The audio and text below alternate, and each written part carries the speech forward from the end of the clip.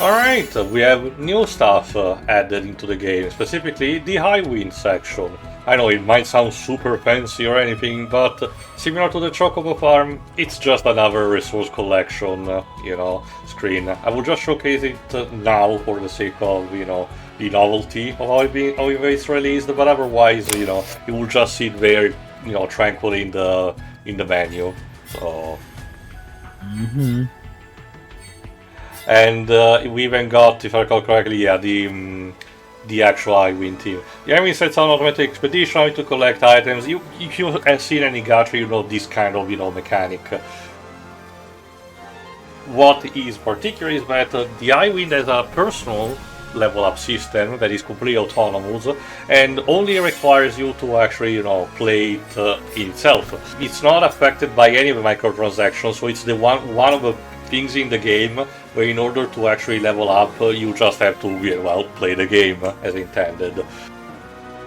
The only timer that it works is just how much you collect, and it's connected to the scrolls, collection, secrets, or whatever they're called, which are kind of like achievements, as in how much stuff you have managed to perform in the game, like say highest damage in something or how many weapons for this character you possess, and they give you slight stat boosting. Not really that much, but it can be the difference in a very tough fight potentially, so it gives you that kind of extra edge and incentivizes you to play more the game.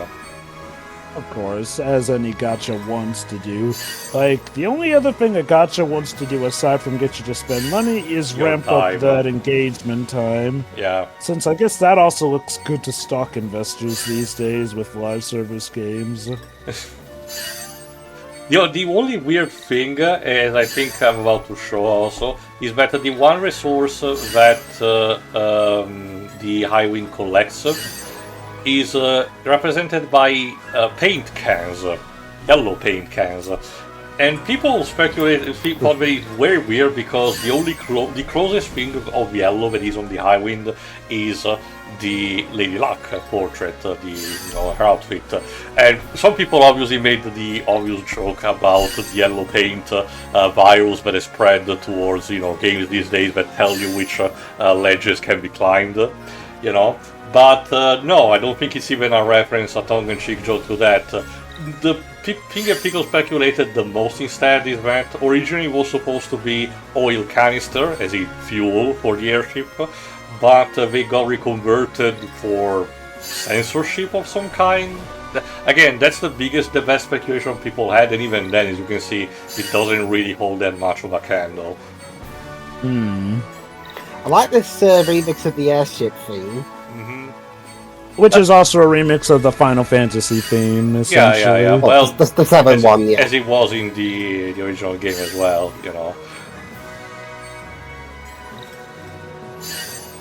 Again, in general, all the OG tracks, a set of specific exceptions when I have to mention them, the OG tracks, are remixed specifically for this game. Only occasionally they import something from remake or rebirth, or potentially even use just the original. If I recall correctly, in the half anniversary event there was a Before Crisis track, but I don't remember which one was. And yeah, once you collect enough, you can actually enhance the Highwind. How will it work? The Highwind has a base level up to 70, which later got its level cap increased. And each level is correspondent to 3 factors, but after engine, stabilizer, and propeller.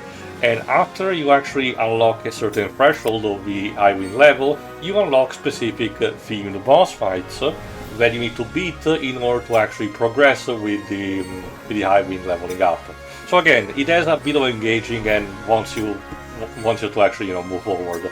The engine maximizes the number of items you can carry. The stabilizer, the paint scans we obtained, and the last bits are the rarity of the items that you get. You'll decide basically how to level up each. So more or less it translates to yet another means to grind out mats that you need to basically strengthen your characters and whatnot, while also being used as something that correlates to the franchise, this being the Highwind. I see you got your set teams here. Yeah, you can actually custom. I didn't show that much, but you can customize them properly. Yeah. Rough looking like Riku there. I noticed that there also seems to be classes attached to here. Whenever I played this game, I never really paid too much attention to that, but like... Okay, to be fair, the whole class thing is something that... I don't know what you're referring to specifically, Jova, but the class thing is something that will be implemented later with an extra set of Spear Grid, clones, upgrades. I was talking about stuff like that golden symbol with the swords, and then some that had purple, which looked like the fun or whatnot. Which that means featured something. That means that I do have like a weapon that is themed after recent banners, or you know, a game event that I collected, and maybe doing a specific event actually is a boost. If you're also referring to the golden beat towards an event that says like a chocobo medal at the beginning, it's actually symbolizes maybe extra XP for specific characters. You know, those are basically selected boosters that the game gives occasionally, that for new players actually incentivizing using a specific character so they can, you know, ease up the process of grinding. Speaking of which, here's a nice fanfic for you. Young Sephiroth fighting alongside Yuffie and Red 13. Might as well. I don't trust this guy. Anyway, for the first couple of... Look who's talking! For the first couple of fights, mandatory fights of the Highwind, you will also get as rewards more artifacts that are tied with the secret section. So basically, more incentivizer to your boosters. So again, it all actually, you know, is a good addition that actually boosts up your stats, you know, for the more hard fights. Oh god, the painting while we're in the air just got me imagining. Ah, Cloud, you didn't say anything about painting while we were in the air. Look, it strengthens our character and thus strengthens our stats by also honing our cardiovascular endurance by having to hang on for dear life with our legs while we paint in midair. He's just saying shit now.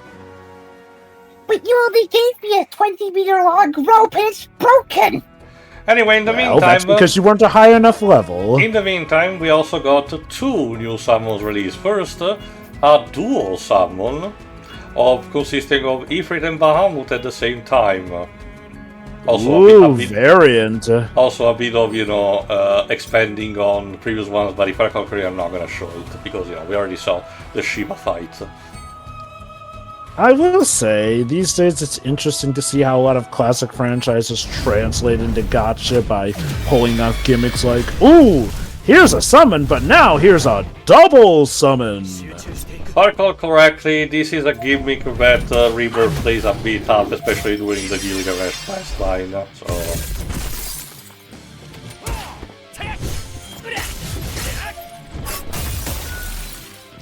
Ifrit and Bahamut are particularly nasty if you don't know, you know, who to target first. They actually incentivize on specifically, you know, targeting a character rather than another, because they open up with their signature move, combining Hellfire with Mega Player, with Core Principal Player. And this is gonna kill you if you're not particularly careful. As you can see, it's already dealing enough much damage, but otherwise, there you go. Then, if I recall correctly, both of them, yeah, Bahamut starts, you know, ramping up Mega Player, so you need to start attacking him, you know, to deplete his power.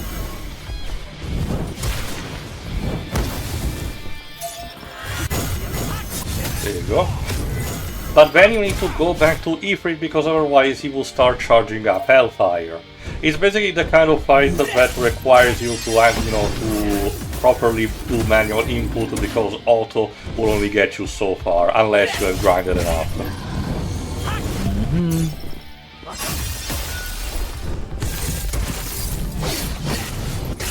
Basically one that checks not just your skills, but also your attention span. Basically. It's often said actually similar about dual fights, for example, in Final Fantasy XIV or any other MMO.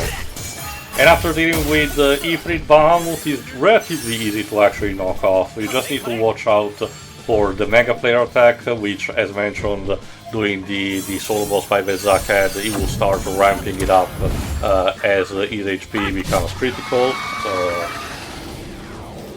Yeah, how do you think they ever decided what element Bahamut should be as an enemy? Since technically, I mean, okay, Ifrit, For most of the time, fire. it's supposed to be neutral element. Yeah, I feel like sometimes they give him either an air or like an electricity element and some of the stuff. The closest would be fire because Outer and Mega Player might have another fire attack. But sorry, Zach.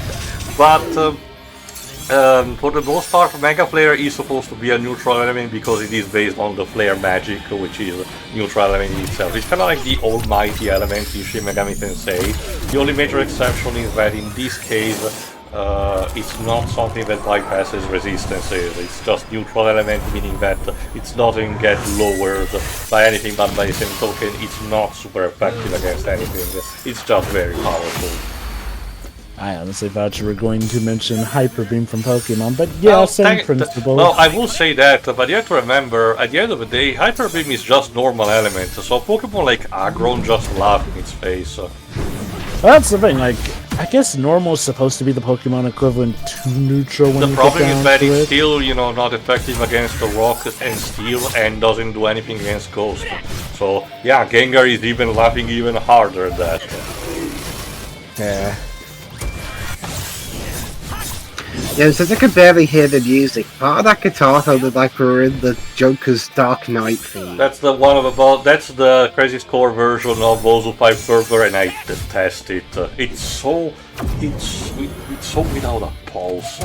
Like, okay, let me put it like this. Crisis Core feels like a stereotypical take on what you would think a live-action movie adaptation would do when trying to remix a theme. Specifically in the early 2000s. Like, it's technically there, but it's barely there because they feel embarrassed by it, essentially.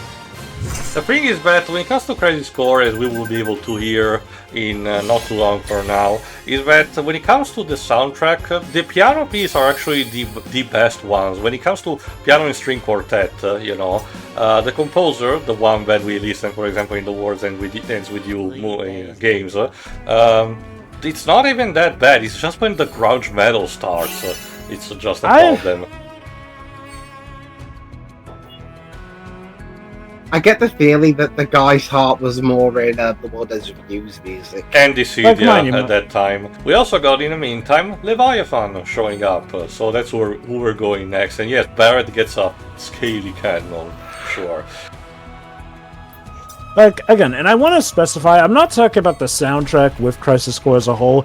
I'm strictly talking about, the adaptations of, the themes normally associated with the Seven franchise, essentially. Like, now, stuff like, The Price of Freedom is High, I love that music track, actually. So, like, no, it's not to say it's a bust. It's just that, there were some places where, and if I'm giving them the benefit of a doubt, maybe it was because even by that point, a lot of those themes had been redone and remixed a lot, essentially, so they maybe wanted to mix it up so that it wasn't just, another copy of those melodies or whatnot.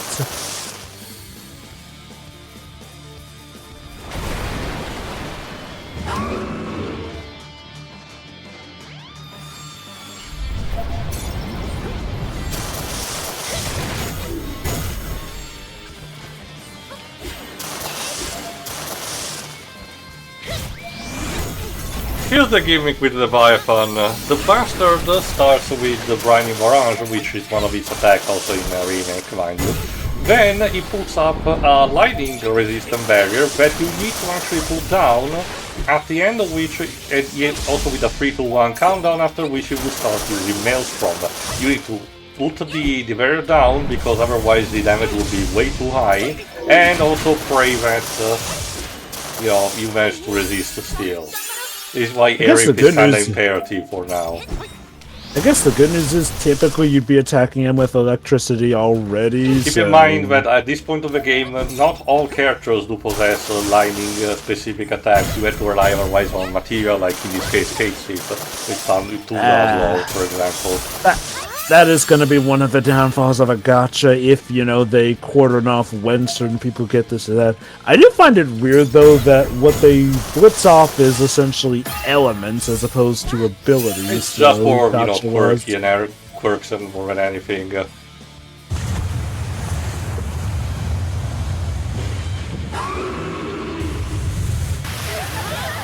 Yeah, even with lowering it down. Yeah. Basically it's time instead to heal up, because now, if I recall correctly, yeah, otherwise Leviathan starts, you know, building another one with one of the barriers with the symbols when you need to crush, if I recall correctly, and you need to put it down. Keep in mind, this was my first fight, so I was more improvising than anything. And yeah, Yuffie also, I got a new outfit for Yuffie in the meantime. I'll show you more in a second. It's Earth element, you know, themed garb, which has there you go, dark, relatively, you know, desaturated blue color. It's not too bad. I do like how her weapon looks like a giant fisher's hook. It's more of a boomerang more than anything, but yeah, kind of, you know, resembles that. Yeah, normally I'd go for boomerang, but it's got a little too much of a curve to it. You know, I mean a bit of like that jagged curve in the back, not the one that you see inside the curve. Yeah, maybe you're right. It's also, especially because it also has a handle, so maybe it does resemble more of a fish hook. I can't tell who's wearing it because I can't look at a lot of these fights, but I do like the red outfit. Oh, that's for... That's I think. Yeah, it's a Scarlet, you know, outfit. I think, yeah, it's one of the more regular ones that you get. I don't know if it's supposed to be a homage to Genesis or just, you know, a thing on its own, but, you know, just happens.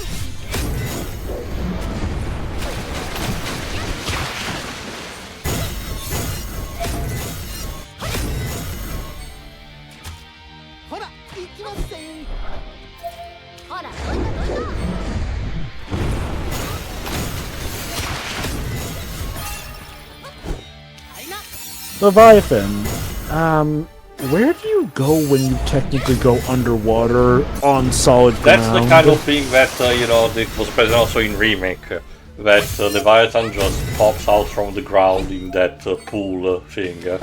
It's like, why not? It's like, I asked the same thing there. Why not just have it be on a field where there's enough water so that, you know, his water animations don't clash with the ground?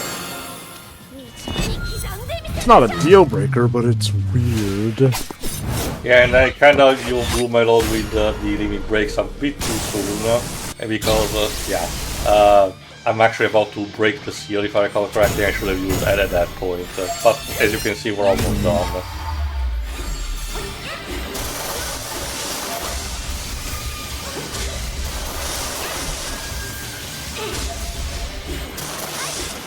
That shield goes down, boom. Well, not completely, but at the very least, you know, remember, similar to thing they introduced in Crisis Core, similar to the stagger gauge, specifically the reunion version of Crisis Core.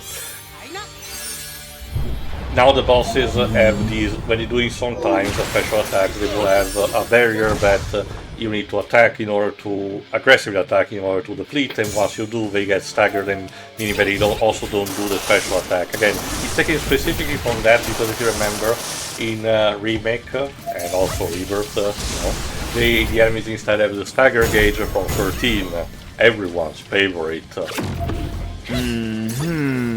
There we go, we're done. There we go, guys. We defeated the stick dragon monster thing. How can you get the credits? Because you didn't I noticed, do anything.